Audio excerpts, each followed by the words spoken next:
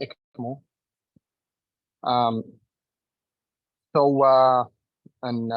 Our speaker today is Dr. Ali Al-Hazmi. She's my colleague in the ECMO family.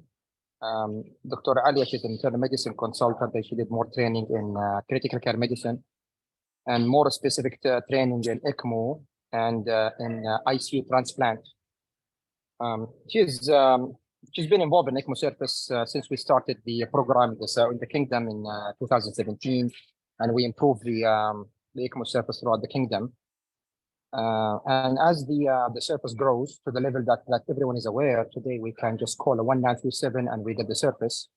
We learn more, especially the complications that arise from such a highly sophisticated service. We've seen an improvement in the outcomes because we know the complication, we know how to manage the complications, and we're publishing more research and we're publishing more guidelines now in the kingdom and the Gulf region.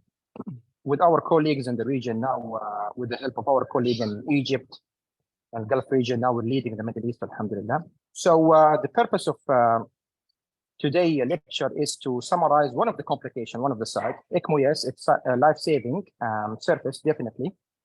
We have no doubts on this, but most of the mortality comes from the complication related to the machine itself. And the goal of today's lecture is to highlight on the neuro complications of such a thing and how can we manage it, how can we detect it, and how can we prevent it properly. So Dr. Ali will start, and after that, when she concluded, we can open the table for questions, and we have hopefully we can address it from both neuro ICU and from ECMO perspective, inshallah. But Dr. Ali, you may, if you joined, you may share your screen and you may start, please.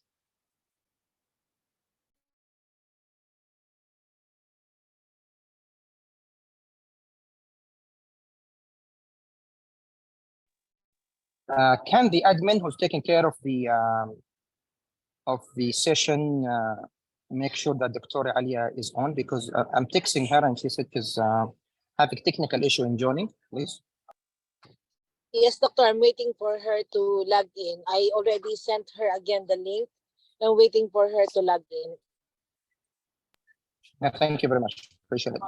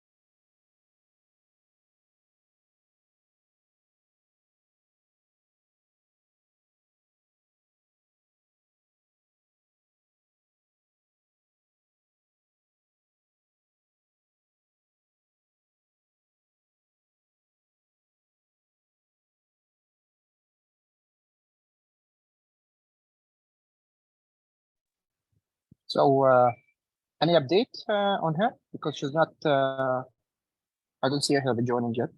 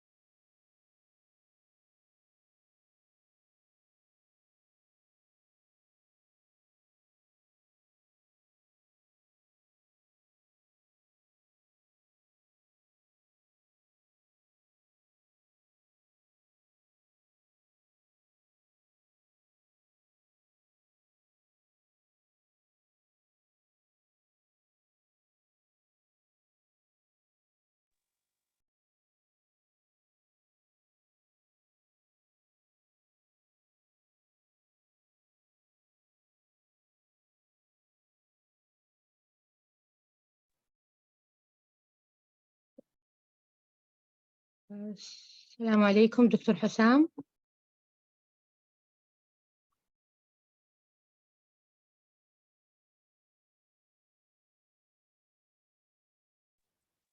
وعليكم السلام ورحمة الله وبركاته. الله يحييك دكتور علياء.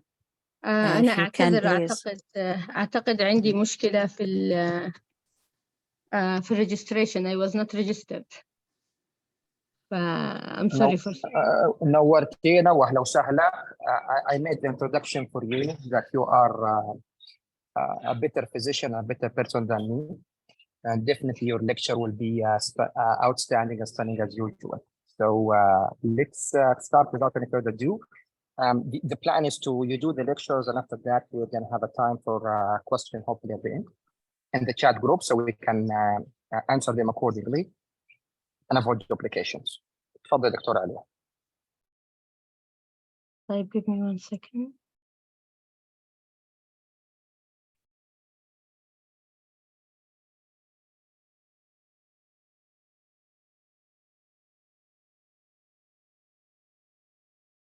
طيب are you able to see my screen? No, not yet.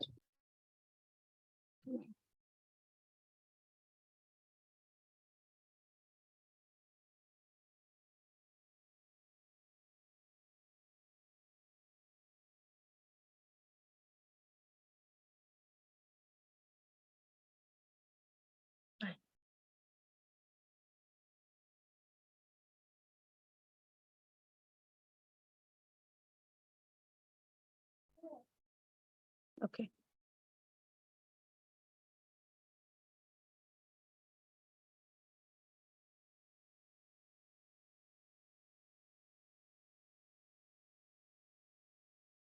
Okay, now it should be clear. We don't see it as of yet. I'm so sorry for that.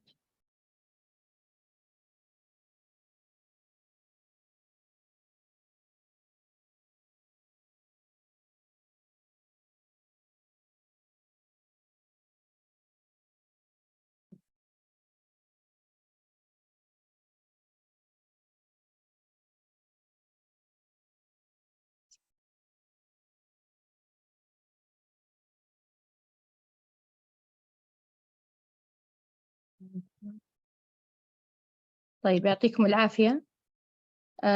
دكتور علياء الحازمي and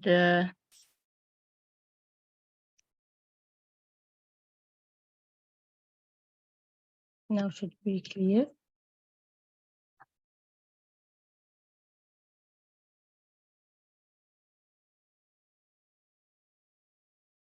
طيب. Sorry, my computer is not very friendly. Yeah, now it's good. We're good. Okay. So أعتقد since I've ever left the fellowship, being a director of fellowship program, I became an advocate of learning by discussion rather than learning via didactic lecture. So it's very short talk about neurological complication in ECMO. And this is I'm very proud to be introduced by my dear friend, Dr. Hussam, who is carrying both hats of neurointensivist and ECMO physician. So probably he knows better and he is the best to scrutinize my talk. That's why I thought creating at the end some discussion with the audience, whom I can see is a big number, 152, Dr. Haifa, who's invited me for this talk, and the rest through sharing some experience and some patient stories where we could discuss and learn from them. أعتقد this would be the best way of learning. So bear with me, this slide will not take much. And if Dr. Hussam agrees to make discussion-based learning after that, أعتقد that would be awesome. It will be good.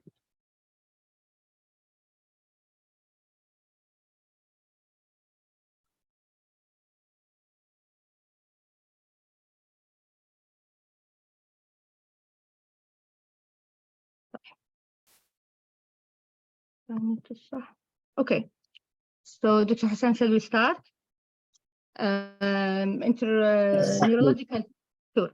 Neurological complication during the ECMO is a very well-known complication, feared one, and very commonly not very well anticipated, not very well managed, not very well prevented, and most importantly in my mind is not very well prognosticated for the patient condition after the presence of neurological complication. In general, the most common and feared complication is intracerebral bleed. However, other complications do happen, mainly functional, like decreased level of consciousness, delirium, acute ischemic stroke, and the rest of them. Of course, that would differ in between veno-arterial ECMO or veno-venous ECMO. As you see in the CT scan, you could actually see both complications. You could see hemorrhage and you could see acute ischemia. So that's why I think it is cumbersome to have neurological complication during the extracorporeal life support of the patient. Hence, one of the most important follow-up or monitoring of the patient, in addition to the usual examination, is some of the gadgets that's being used commonly in the neurointensive care. So you could see here the pupillometer. It's very, very, very important and very common to be used during ECMO support. The evoked potential is very important also. Some people, and I know a couple of units who use EEG continuously for the monitor of what they call neurological function. Tamam. Sometimes we use NIRS, which is near infrared spectrometry. That's also important for monitoring. However, and I think the neurointensivist would agree that, at least in my opinion, up until now, it is very common to confuse the relationship between the functional capacity of the brain and the objective visual effect that we see. So a normal CT with a very disturbed neurological function versus an awake patient with a horrible CT is a very common encounter. And I think until now, this is a very important area of research and knowledge, which is how to measure and how to see appropriate assessment of the neurological function is important. And that's why I think the discussion will be very fruitful في هذا الموضوع.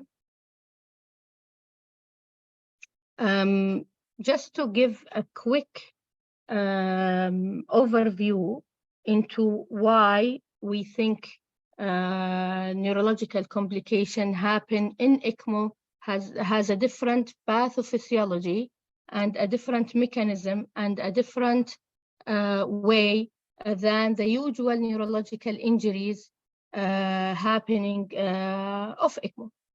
So to be honest, knowing this information would bring a lot of rest or a lot of understanding into why intracerebral bleed or ischemic stroke in the brain has a different mechanism, different reason, different precipitators, and different outcome.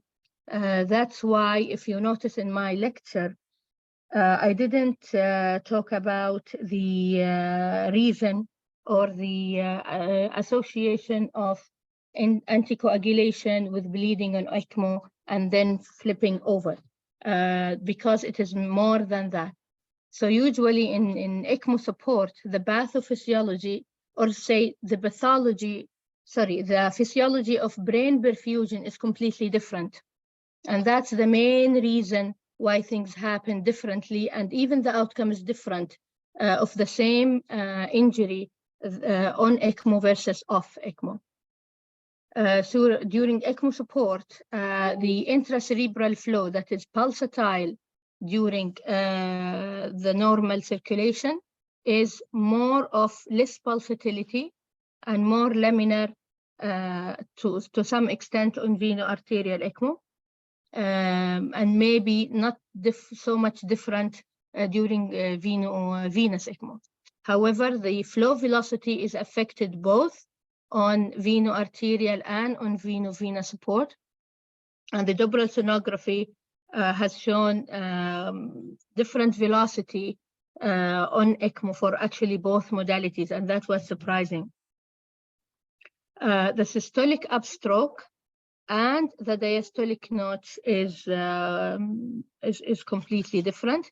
The reaction of the vessels themselves is also different, and the diastolic flow being very high in pressure during veno-arterial ECMO support is also something to consider. For example, in a normal patient, say the blood pressure 110 over a diastolic of 50, while on ECMO, the mean arterial pressure might be 70. However, the systolic is 78 on a diastolic of 66. So that is completely has a different physiology, and the speed and velocity is different. Also, the right and left brain receiving different flow and different pressure and different speed also affect to the differentiation of ECMO perfusion of blood during the support. Therefore, during the phases during which the brain perfusion is affected is completely dependent pre-ECMO, with the blood pressure being low or being high, with the acidosis inducing vasodilatation, with the high CO2, with the brain blood membrane barrier being affected with the high lactate or the hypoxemia. This is all reasons pre-ECMO initiation which affects the brain perfusion and the physiology of it. And the cerebral perfusion pressure during ECMO also changes suddenly during initiation and again during decannulation. That's why what we call loss of coupling in between the flow and metabolism is one of the reasons why the pathology is different, and the percentage or the likelihood of complication or bleeding is different or much higher in ECMO versus non-ECMO. I would remember during my fellowship standing in the rounds trying to explain that anticoagulation is low, blood pressure is well controlled, acidosis is very well controlled. There is no reason why should the patient bleed. However, there is all the reasons that why patients bleed despite optimization of all the risk factors is basically because of the disturbed physiology and the acute changes during start and finish and during the patient on ECMO.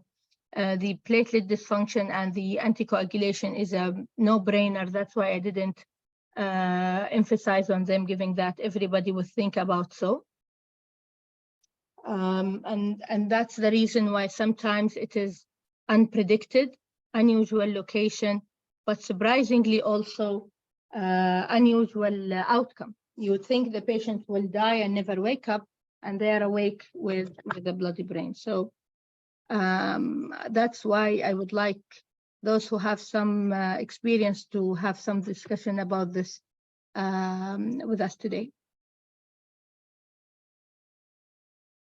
This is one of the research reports that was done and reported from the Kingdom of Saudi Arabia, looking into the neurological complication in VA ECMO. Actually, this came out King Faisal Specialist Hospital.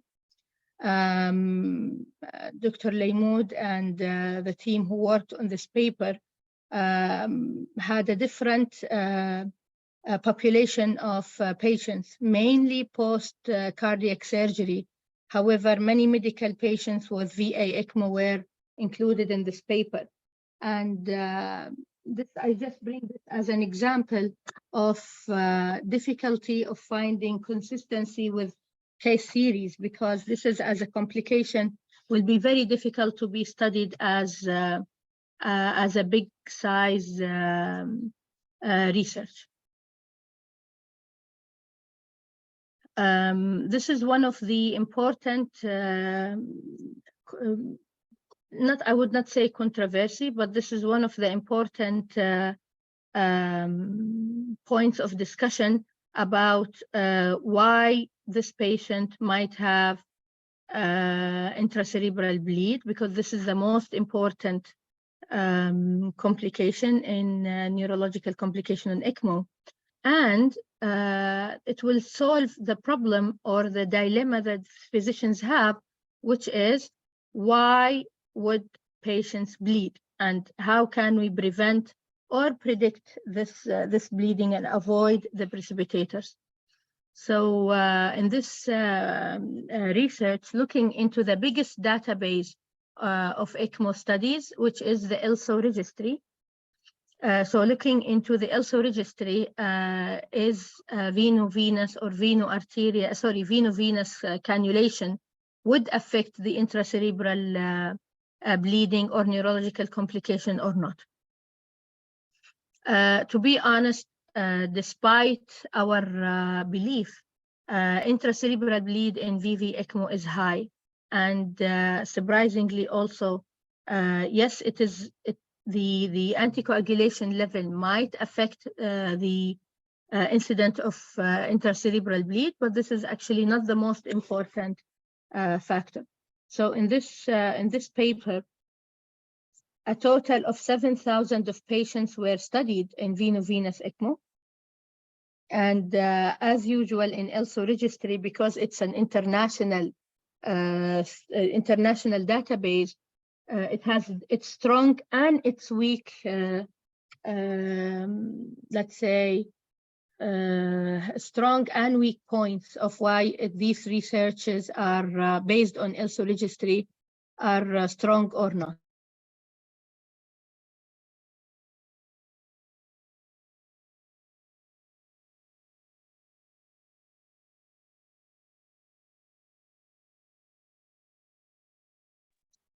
So for example, because I have to say something that sounds attractive to the experts listening to the lecture, that I can see their names, which is horrible from a point that I might not be meeting their expectation in the lecture. ELSO registry, looking at different countries, will end up having very high heterogeneity and heterogeneity score. And this might actually dilute the effect or dilute the study factor that we are looking at. So you could see that the patients are usually young, which is probably matching our local data. However, they might be a bit bigger. The duration is ECMO is actually much shorter than what we are used to. So here, for example, the maximum was, let's say, a month maybe, I cannot tell. And surprisingly high rate of pre-ECMO arrest. And if you see the PO2 that they use to cannulate ECMO, the patients for VV ECMO, is actually not too low as some of our centers would use. And also the same thing, which is the intubation. you might not find much intubated, or let's say in Saudi Arabia, I think the rate of putting ECMO without intubation is very low. So you could tell the groups, because of the nature of the study design being observational, you will notice that the p-value is very significant in multiple factors between the two groups of double lumen cannulation versus the single lumen cannulation. First of all, the single lumen cannulation is almost double the number of double lumen. And that's why, to equalize or to make the comparison more fair, they used a propensity score to outcome the factors which are unequal in between the two groups, trying to make the comparison more fair and fluent both in between both of them.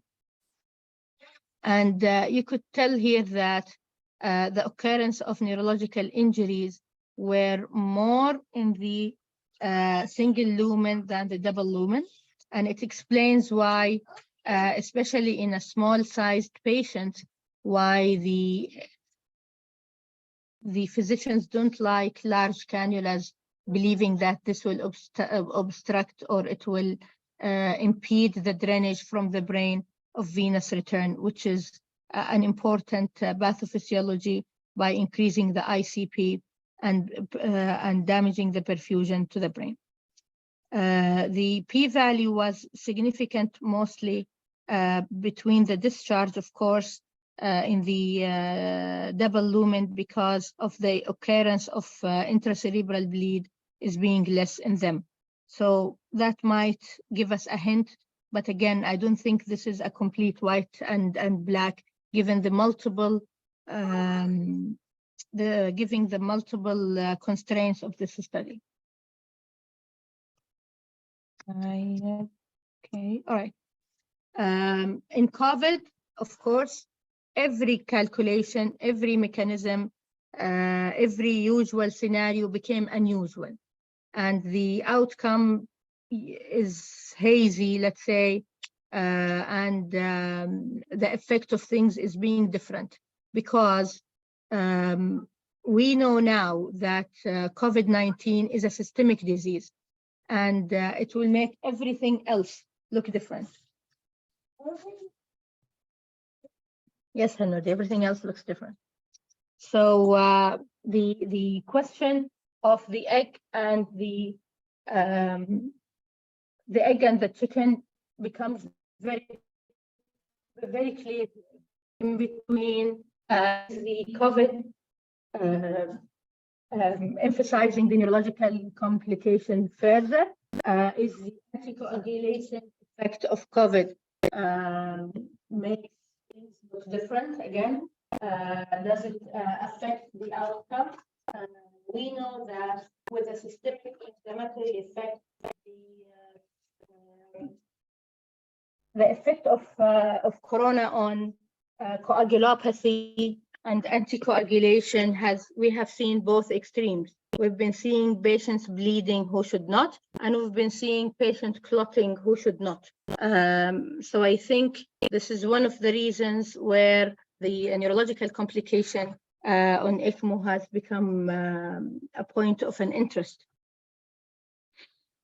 I would like to hear more about your experience with that, because many patients, we've seen them clotting, causing PE, clots around the cannula, DVT, or even stroke.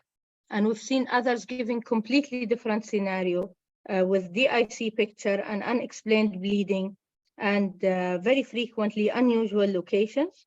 And again, we've seen the intracerebral bleeding or clots irrelevant of the anticoagulation level that is measured by BTT, activated factor 10, or even ACT. So different outcome has been seen, and that's why you see the studies are giving us, let's say, unclear picture, giving that the the numbers are affected by lack of full reports, lack of enough case series, probably, that are looking at that point specifically. And that's why, to adjust among different case series with low numbers other than Barbero, who used the ELSO database again to report, they used another mechanism to adjust for the factors in between the groups or in between the studies where they use the weighted average. And again, intracerebral bleed in particular was a strong indication of mortality. So the predictors of mortality is probably more important than predictors of intracerebral bleed. Because it's very common to see these punctate bleeds all over the brain, and yet the patients survive. So many of the researchers and the ECMO experts are talking about, let's talk about the main outcome that actually makes sense, which is the mortality, rather than the intracerebral bleed itself as a predictor of mortality. So this is one of the studies, and they found that pre-admission or pre-ECMO antithrombotic therapy is very important. And to be honest with you personally, once I use TPA, but that's a personal preference. I rarely, if ever, insert ECMO. If I believe I will use TPA, then I will use ECMO, and then I will use directed therapy because almost all will end up bleeding. TPA and ECMO is a very bad combo. SOFA score predicting the severity of illness, and this is mainly of a veno-venous ECMO. Dialysis, of course, and septic shock because of the DIC and the platelet dysfunction makes the picture worse than better. I tried my best to make this bigger, but I don't know why it wouldn't. I think because it's a photo shoot, but this is more explanatory, again, in the COVID paper with more details. Because this is again, to, yes, in ECMO there is higher bleed, but what is the predictors where they found the type of ECMO being an important predictor, the presence of smoking being also an important predictor, although the numbers are quite low. So I'm not sure of the strength of the data being extrapolated from that. Again, the lack of data about the level of anticoagulation is probably an important factor where the results being unclear, let's say. And probably that's why with time, people are looking into lower anticoagulation level. And some have also discussed that the anticoagulation level measured probably is not even an important target in ECMO as we used to think. So in general, as we said, because of the phases of ECMO insertion and the change of the cerebral perfusion pressure related to the consequences or the situation at the time of the ECMO initiation is very important.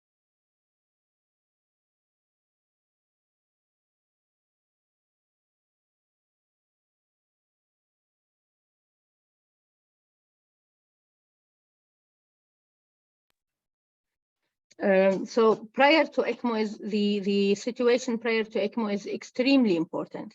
Hypoxemia will result in hyperemia post ECMO initiation, hypotension and resultant vasoconstriction and local acidosis results in significant reperfusion injury, severe lactic acidosis also affects the acidosis level in the brain.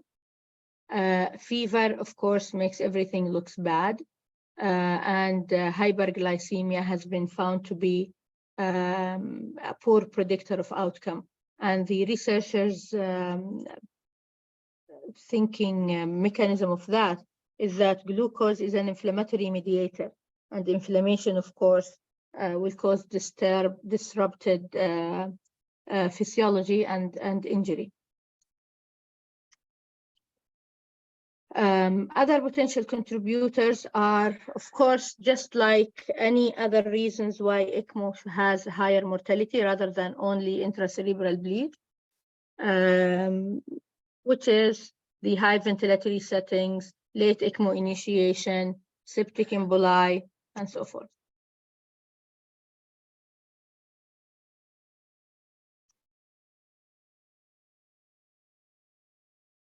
So in general, I think I wanted to put a couple of CTs here, but then I stopped because I don't want the audience to make conclusions based on single or couple of stories. But it is not uncommon to have dissociation between the image you see and the function and the outcome. And it is not uncommon, especially with diffuse small brain hemorrhages, to find a patient who wakes up. Major cerebral bleed with herniation and fixed dilated pupil is quite common to have poor outcome, but that's not what we look at. We look at other intracerebral bleeds that in general might look ugly, but eventually the outcome might be different. And I would like to hear your points about that, because I think with time we say, give the patients the full chance, because we have seen some surprises before. I would like to conclude and of course thank all the team in the Saudi Arabia who actually made ECMO a usual standard of care therapy in the ICUs in the kingdom, rather than just like any other advanced healthcare system, and make an amazing start of ECMO to reach such a point. Thank you very much. Thank you very much, Dr. Alia. This is a very concise and complete complication. But if you allow me, because I'm a big believer in making categorization of the patients and the intervention itself in any critical care medicine intervention we provide to the patients. So if we try to simplify it for the audience, and let's put it this way, VV ECMO, VA ECMO, bleeding, and the patient him or herself, the difference, is it more with the VV ECMO or more with the VA ECMO? Especially nowadays, the VV ECMO, we use it for the hypoxemic respiratory failure. Previously, we used to use it solely for the ARDS, purely ARDS caused by viral infection. But now we use it more and more in the trauma patients with very bad lung contusions. And I'm sure the variables of and the predictors of intercranial bleed will be different from those type of patients. So let's make a statement now in terms of the comparison between the VV ECMO and the veno-arterial ECMO, and which one of them will have a higher risk of bleeding. So let's make it points and we address each one of them individually. So the first question would be, is it more of a bleeding with the VV or VA? Sure. So bullet point summary. VA bleed, neurological complication is a horrible nightmare of the ECMO physician taking care of VA ECMO patients more than VV ECMO patients. This nightmare has become smaller with time because we do understand now we don't need to aggressively anticoagulate patients even on VV ECMO, which with time had become to a lower complication on VV now compared to before. This led to the feeling of safety to institute ECMO even without anticoagulation to patients who are highly likely to be bleeders, including trauma patients. Currently, trauma is a very important indication for veno-venous ECMO initiation, even if you end up taking the patient to OR for laparotomy and damage control and so forth, because we do believe that high-flow ECMO could get you away from full anticoagulation for some time, and bleeding source control is much more important than keeping the patient bleeding going into DIC and trauma-related coagulopathy. So I think this addresses your point. We have, again, in 2013, it was crazy to put trauma patients on ECMO, and people would think that this is a case report. Now, this is the norm. However, many things need to be looked at. When do patients who receive veno-venous ECMO are the highestly likely to bleed with an independent factor other than the severity of anticoagulation or the coagulopathy, is actually when you drop their CO2 aggressively during the initiation phase very quickly. Because that, as we described before, significantly damage the blood-brain barrier from a full vasodilatation with high CO2 of a level, let's say 160, that you drop to 40 within an hour or so.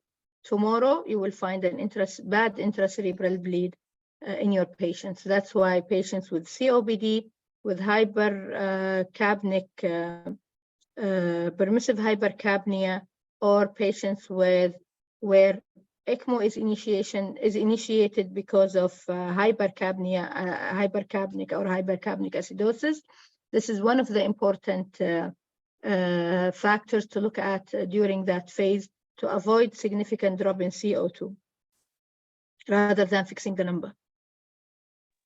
Fantastic. So we all do agree now that the VA ECMO carries more risk in terms of interfering bleed in comparison to the VV ECMO. And because we do anticoagulate, veno-arterial ECMO is a must to anticoagulate. Contrarily, the VV ECMO, nowadays we can run it for days without systemic anticoagulation. So the way we address it, we tell them the risk of the systemic anticoagulation, by and large, as per the literature, 0.3 to 0.6. So we usually use the upper limit of 0.6, maybe more, if we anticoagulate on VV ECMO. The other question, so if we have a VV ECMO, so now we agree the VA has more risk of bleeding. So if we go down to do more subcategory in the VV ECMO, is there a big difference if you cannulate the neck? Because in the cannulation of the VV ECMO, we can put two cannulas in the femoral veins, one drainage and the other one is return in the venous. Or we could do another one from the interjugular and the femoral. So with the internal jugular cannulation carry more risk of intracranial bleed, or they're kind of the same? Yes, this is what's addressed here, because this is not addressing the same exact question, but it is looking into the similar thinking, which is neck cannulation and the size of the neck cannula affects the outcome? And from a similar perspective or from a similar source or point of view, people think getting away from the neck decrease outcome, and that's why some centers, even especially in Canada, believe that the standard cannulation should be double two cannulas or two cannulas and bicaval. Sorry, not bicaval, fem-fem. Okay. Others believe that it doesn't affect, especially if the venous cannula return in the neck is small. And we know the venous system is distendable. So will having a cannula obstruct the flow? And sometimes you will find people arguing that in the neck put a 19 or a 21. And then you find someone like Hassam says, it doesn't matter. In the same neck, I can put 31 Avalon. I think that's still under debate. And that's one of the reasons why, based on the same thinking, patients with traumatic brain injury, some of the intensivists would hate to have high PEEP, afraid from the venous congestion and the backflow or back pressure. So I would need someone to help me with that from the neurointensivist. But I do believe that a FEM-IJ, a small cannula in the neck, should not affect or obstruct the flow.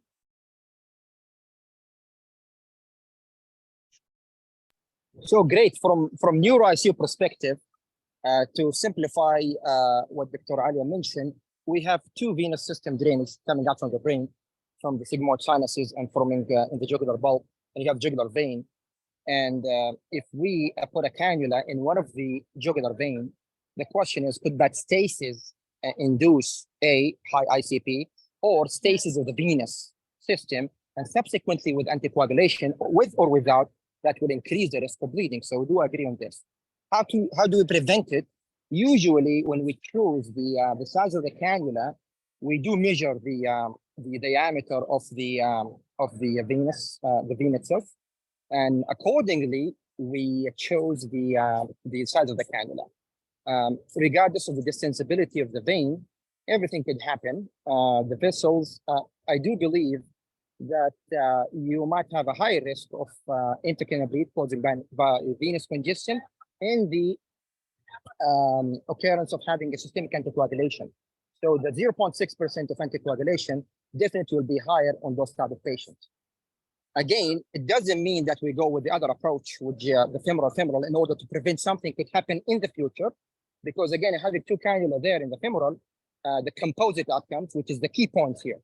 When you have a very high sophisticated surface like an ECMO in a neuro ICU patient, you look out for the composite outcomes. You do want to have an infection there, and that will carry more risk of having a possible or potential intracranial bleed that could arise in a percentage ranging from, let's say, 0.6 to 1% by and large of most of the literature.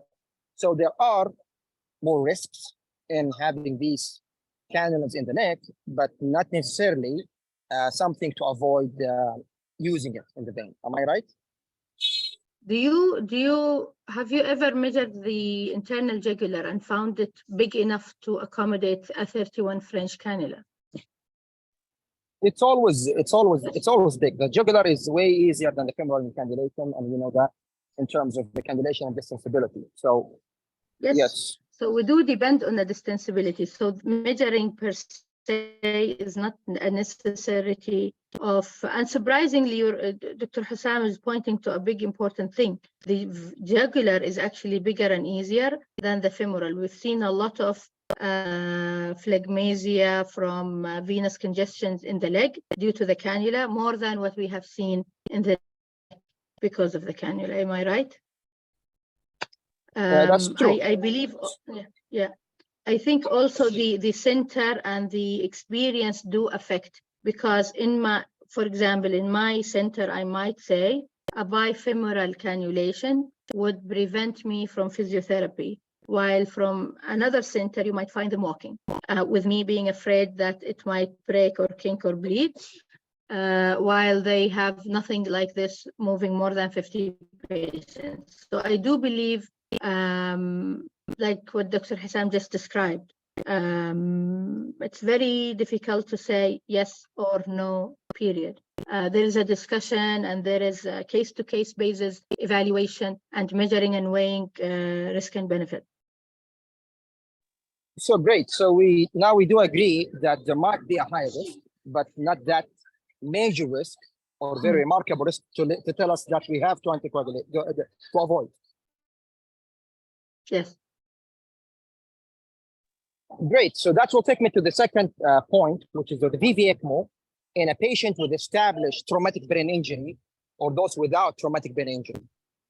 Will the risk will be higher on those with the VV ECMO on traumatic brain injury against those who are not having traumatic brain injury? Excellent question. would you like to point some of, would you like to ask some of the attendees to share their thoughts? Because I have specific answer for that. Well, let's get the specific answer, and then we'll try to leave the discussion till I see the chat. Fine. Dr. Haifa, please forgive me if I'm wrong.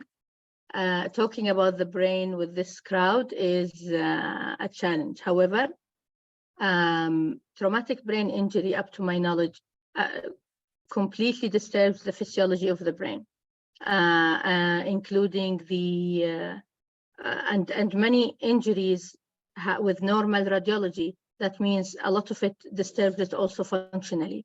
There is very well-known association between neurological dysfunction and traumatic brain injury and ECMO. And I believe, if I'm not wrong, the prognostication of these disturbances and the outcome is completely difficult to predict, just like traumatic brain injury. That's why we wait for them for a year before we completely prognosticate their coma. They are usually, even without any disturbance in the anticoagulation of heparin, normal platelet, no congestion from the drainage system, either with a high ventilatory setting and intrathoracic pressure, or an obstruction with the venous cannula. It is not uncommon to have unexplained diffuse bleed, especially punctate bleed in the mainly supratentorial areas. I think this is one of the things that Dr. Hassan might want to discuss. The high ICP also has been found more commonly, and functionality or function being disturbed, that's completely, of course, to be talked about. Some of the confusion, or let's say the yin and yang effect of ECMO neurological complication on one side and traumatic brain injury and related complication on the other side. For example, sympathetic storm that is very well known of TBI might make management and control of ECMO challenging, and might confuse the presentation and the management of the patient. To have a patient who is hypertensive, sweating, tachycardic, with high cardiac output and high utilization of oxygen without clear reason or understanding, and this high blood pressure makes the patient hyperemic in the brain, with the related effect, higher risk of bleeding in the brain, and of course hypoxemia due to mismatch between the demand and the support, by the limited support by the ECMO circuit. Sometimes you find this dilemma during the therapy, which is interesting and also challenging. I can't agree more. This is very crucial information. I'm not trying to challenge you here. I'm just trying to put all the questions that could arise in the audience. Yes, that's actually very interesting. So, yes. So from this perspective, I do believe the TBI patient depends what type of the scoring of the TBI itself make a huge determination in terms of the bleeding. But by and large, yes, with those TBI, they will have a higher risk than a normal, completely non-traumatic brain injury. And the risk of bleeding definitely will be higher in those group of patients.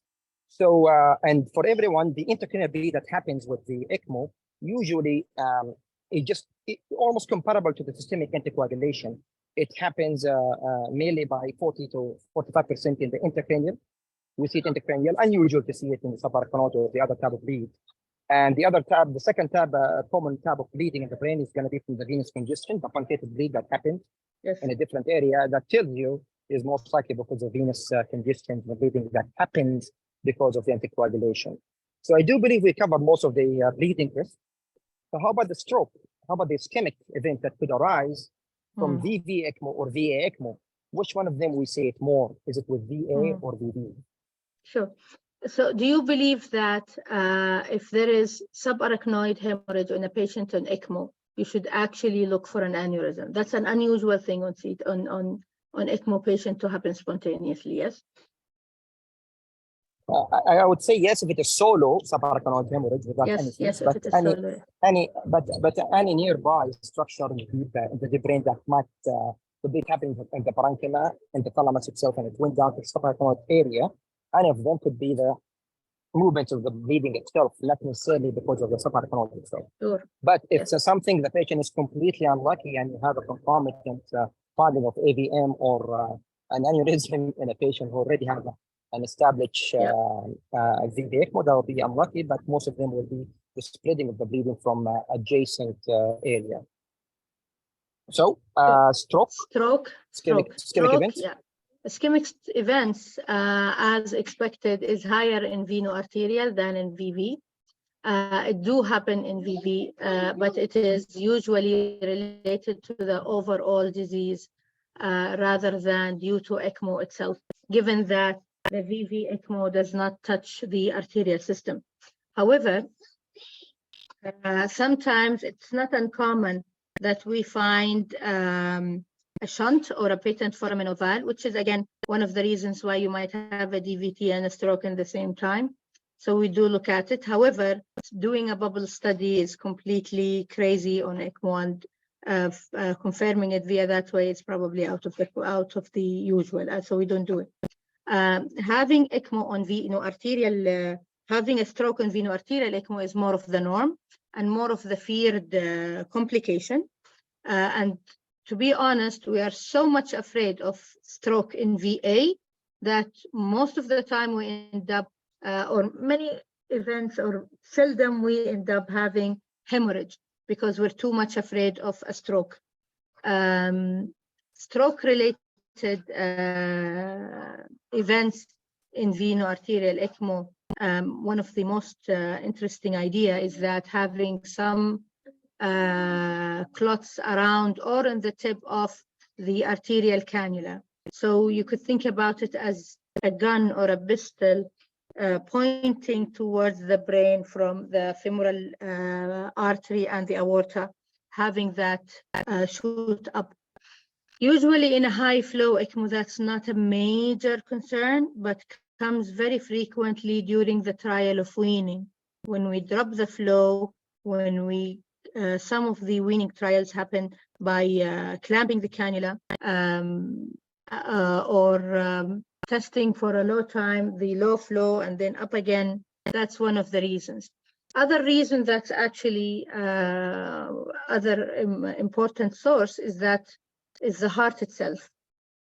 With completely flaccid heart, the LV is a bag of blood that you could see initially having stagnant flow with the smoke on echo, but eventually having clots in the LV or the left atrium, that when the heart pumps will be again shower of clots going all over, mainly to the brain again because of the carotid and brachiocephalic directing upwards. This is phenomenal. So in order to prevent that, usually in our care of the veno-arterial, so to summarize, veno-arterial ECMO carries more risk of ischemic events in comparison to VV. In the context of having no shunts. In order to prevent that, we do daily echo for those patients with VA for the reason of looking for the recovery of the myocardium itself. And the other reason is looking for such a complication that might arise in the meantime of having a clots in the left ventricle. Yes. And more important, which is, I know it's something to be measured about, to make it simple language, is the ECMO cloud. When you have a contrarily flow between your return cannula, because in the veno-arterial, you take it from the venous and you return the blood in the artery. And the artery should go back all the way to to fuse all the organs. Sometime when the ECMO clouds move, which means if the native LV start to function, it will be contradicting the flow of the ECMO and the other way around. And sometimes the carotid artery might be deprived from blood flow, and subsequent stroke and ischemic event could happen. So that's why we keep looking for every single day with those patients in order to prevent such a complication by doing an echo in the bedside, looking for a recovery of the LV, not recovery or formation of LV thrombus, not because of the flow, but the LV itself. If you have stunned myocardium, you have a risk of LV thrombus by itself. That's why what happens is that during the on-call, the most important terrifying complication is the loss of pulsatility on the arterial line of the patient. You tell your resident or specialist or nurse or perfusion or whoever there that once that line becomes flat or flattening, that's an emergency. The mixing cloud is a recovery, let's say a cardiac recovery sign, and we only detect it when the lung is late. So when the heart is pumping blue blood, that's when we see the head being blue, the legs being red, and we notice it. But when the heart recovers while the lungs are normal, you will not see the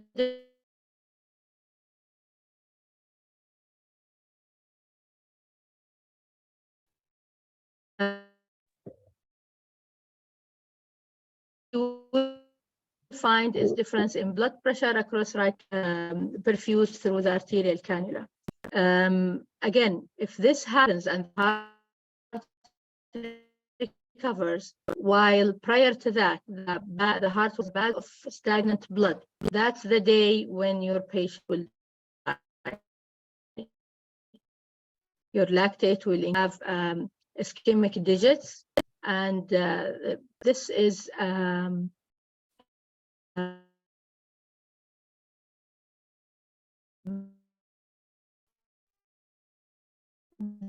Sorry, we lost you there. We lost you with the connection. Sorry.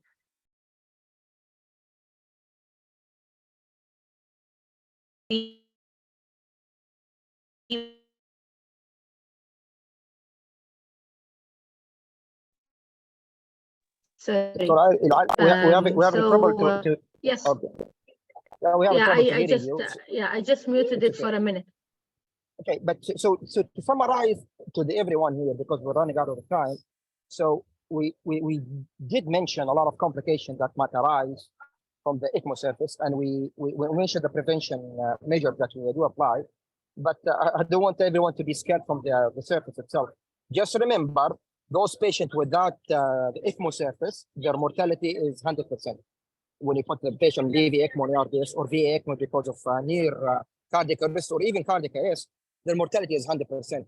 So we're trying to do with this modality of intervention, any modality of extracorporeal life support, including ECMO, is to reduce that mortality from 100% to whatever you can reduce it with accepting all these complications. If I conclude with the last thing before we ask the audience to raise hand, please, if you have any question, please raise your hands and we can unmute you. Having said all of these complications, I do believe, and if you agree with me, is conducting the non-invasive neuromonitoring for these patients carries a very crucial component in prevention, including, as you mentioned the EEG, and you mentioned the pulse oximeter in the brain, the COX, the PBO2, that could rise if there is any concern about bleeding. You can tell, especially the bleeding is not going to happen in all the brain. One side of the brain, you can tell the oxygenation in that area in the frontal lobes has decreased, so you can give you a clue having TCDs and having continuous EEG, because EEG in this situation, we don't use it for predicting seizures per se. By the waves of the EEG, you can tell the cerebral blood flow, and that's something it can tell you. You can pick it up. If you have some of the machine now with a commercial machine, we have 4 to 6 leads of EEG that you can apply it, and you change it every single day. It will give you the amplitude of the EEG will give you a surrogate marker of the cerebral blood flow, and you compare it day by day and make sure that your cerebral blood flow is the same and hasn't been changed because of any complication that might arise during the ECMO surface.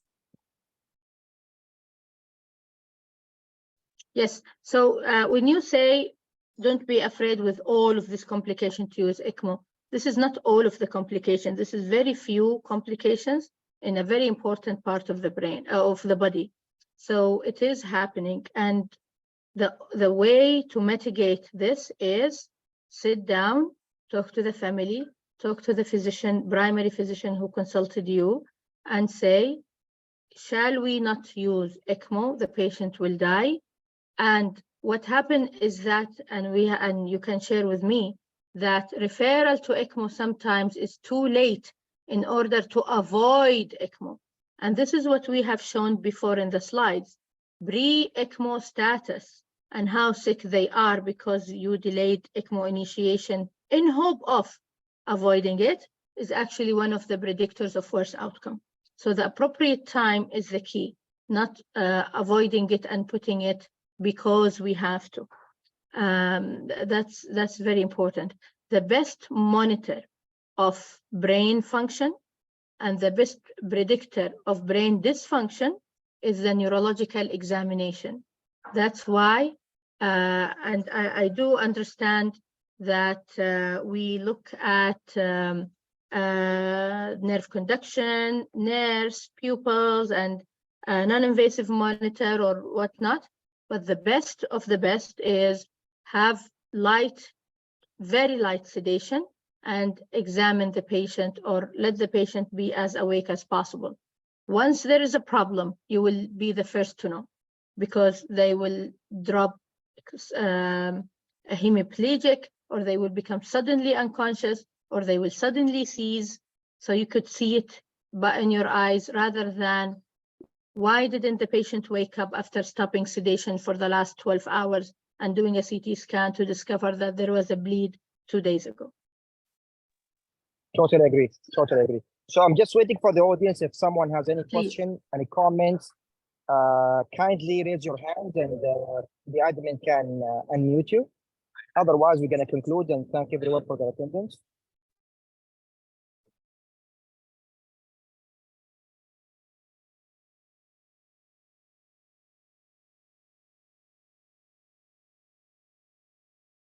I cannot see the chat. What's the chat?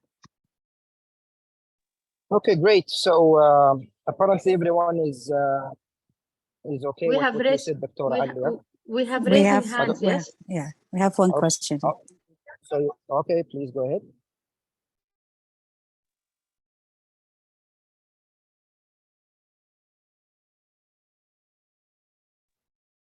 Hello? Dr. Wala. Thank go you, ahead. Dr. Yes, thank you, Dr. Ali. I enjoyed your talk. This is Dr. Wala. I'm a new ICU specialist. I would like to ask about brain death on ECMO. When we should suspect it and when should we apply the modified brain death exam?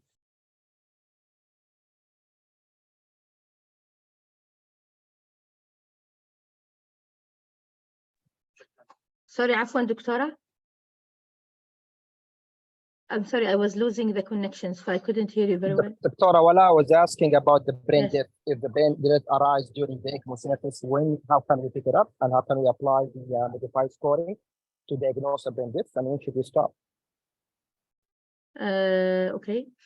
Very common question. Brain death has, طبعا, of course, you will not suspect it because the patient is unconscious. You will find a reason radiologically mainly that the patient might be brain dead with a completely destroyed brain. Then you will do your own criteria that is usual. What is different is the CO2 and how to do the apnea test and whatnot. And that's why having the ancillary tests are very important. Very often the EEG result is obscured or falsely influenced by the magnet in the ECMO circuit sometimes. So that's why we don't depend on them. Also in the ancillary testing, the perfusion scan might be a little bit tricky to perform in a non-expert center because you don't want to give contrast that's being pulled by the drainage cannula and only the ECMO machine will light up in your scan. The question is, once the patient is brain dead, what do you do? Because that is where the dilemma is. And do you stop? Do you ask them to be donors? And if so, how will you retrieve the organs and what organs to retrieve? In brain death on VA ECMO, sometimes is more common than VV, because to start with, they are highly likely to have neurological consequences. And comes with that, patients who have a cardiogenic shock necessitating ECMO insertion are usually young, become sick very quickly. Family did not have enough time to understand the severity of illness. So the ethical and the communication part of that is usually even sometimes traumatizing to the physician themselves. While in VV ECMO, because sometimes the patient has been on that for some time, the family did get beyond the first shock, and they are more of understanding of the severity of illness. When to stop is when to diagnose brain death. And again, the ethicality is different. Do you decrease the support slowly, or even turning off the sweep gas, versus some of the people will do it more in a drastic measure by just taking off cannulas, and patient will arrest immediately, and family will say their goodbyes, and death occurs. So there is effect there, and I think with time, less complication with the families come to mind, because the DNR policy in Saudi Arabia is becoming more clear, and there is clear room now for non-escalation of therapy that is somehow close to de-escalation and withdrawal of life-sustaining therapy. I think it is easier now than it used to be. I still remember a case in King Faisal where big problems happened, huge issues were consequence, and the family refusal of with not only withdrawal, even limitation of care or limitation of ECMO support was a problem. More difficult than brain death probably is significant brain injury, where meaningful recovery is not there. Brain death sometimes is easier because you have a solid, clear answer to the family saying your son is dead. While when you say, okay, they are in deep coma, unlikely to wake up, where ECMO support is meaningless, that's not as strong argument, and very often some resistance is faced that we eventually need to mitigate with the family to reach a common ground. Awesome, very awesome. So you mentioned some of the limitations that might arise in diagnosing the brain dead, but once the brain dead has been confirmed and diagnosed, the management will be the same for every single patient that we have brain dead. And I'm sure this is a completely different subject that could be discussed in a separate session, definitely.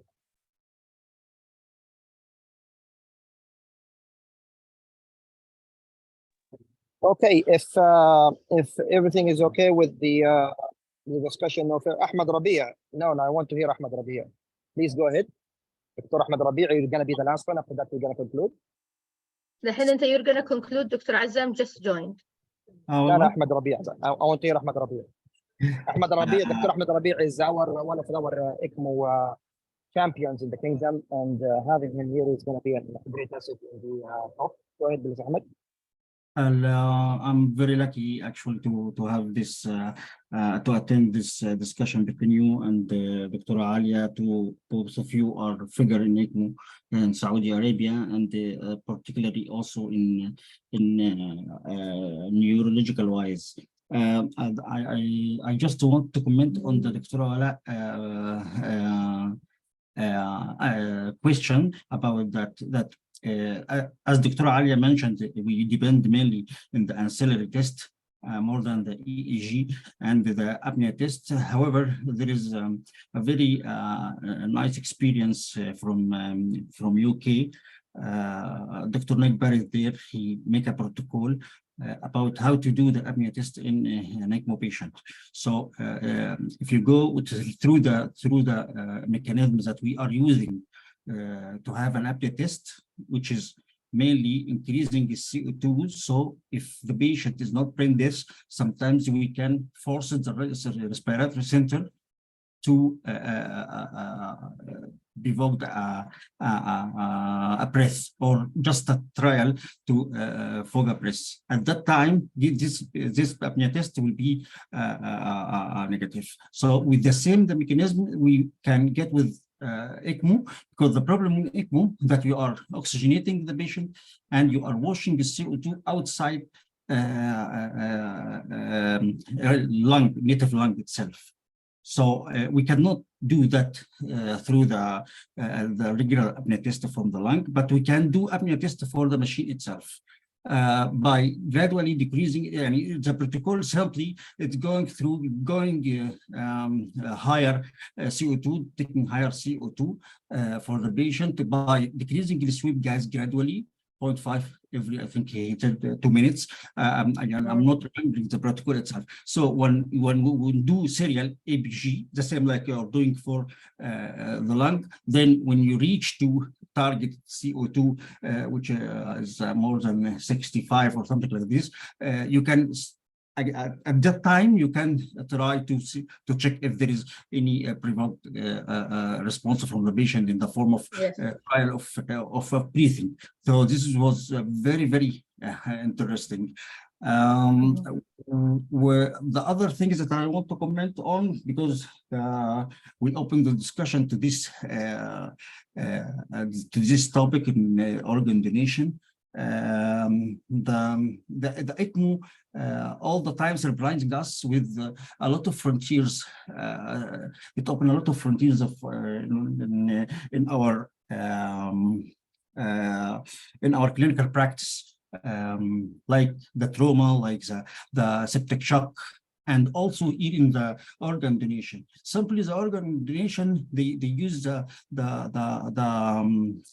ECMO in some countries just only to transport a patient who is harvesting to a center. Sometimes patient is cardiogenic shock and they wanted to take some of his organ, but he's not transferable. This one. The second one, to support a patient who is candidate for harvesting, but the patient condition is not permitting the team to have his organ. So at that time also you can do ECMO. So this is specific indications regarding using ECMO in this area. It doesn't mean that in our patient who are on ECMO who will develop the brain death, we can give his organ donation. It's not the case. We are using the ECMO in another area. Also, like the ECPR, you can do for this patient, for those patients high risk also for brain death. And lastly is what's called EZUR. EZUR, this is like ECMO for dead people. So I mean, this is very, very surprisingly frontier in front of the ECMO, that they keep the patient after his death and the family consent, 5 minutes silent, then they start the ECMO for the patient. Some they are doing the ECMO before he died, and some they initiate ECMO after he died. So this 5 minutes of silence, and it opened a lot of organ in Spain, actually. So what we're trying to say here, and everyone is trying to say, is when the brain death has been declared, the management will be the same with any different ICU patients. Having ECMO machine is equal to having a ventilator, mechanical ventilation machine, etc., etc. So the bottom line is, once the brain death is confirmed, then the management will be the same for any different patients, with might adding these machines to prolong the timing till the harvesting is taking place. Thank you, everyone, for this very comprehensive talk. Appreciate all the efforts. Dr. Haifa Githami, my sincere really apologies for being lack of contribution in this chapter, but hopefully with upcoming days, we'll have more and more activities with your guidance. Thank you very much. Thank you, Dr. Alia Al-Hazmi, and thank you, everyone. Appreciate everyone, and have a good night. Thank you. Thank you very much, Dr. Hussein, for moderating this. Thank you very much, Dr. Rabia, for your comments, and a great thank to Dr. Alia for joining us tonight. It was really a great presentation, and we were amazed with the discussion between experts in the field. We really appreciate it. Thank you very much. Thank you for our attendee, and have a good night all. Goodbye. يعطيكم العافية. Thank you for the invite, Dr. Haifa. Thank you so الله much. يعطيك العافية دكتور عليا. جزاك الله خير يا يعطيكم رب. العافية. شكرا جزاك جزيلا. الله خير دكتور حسام. Thank you very much everybody. السلام عليكم.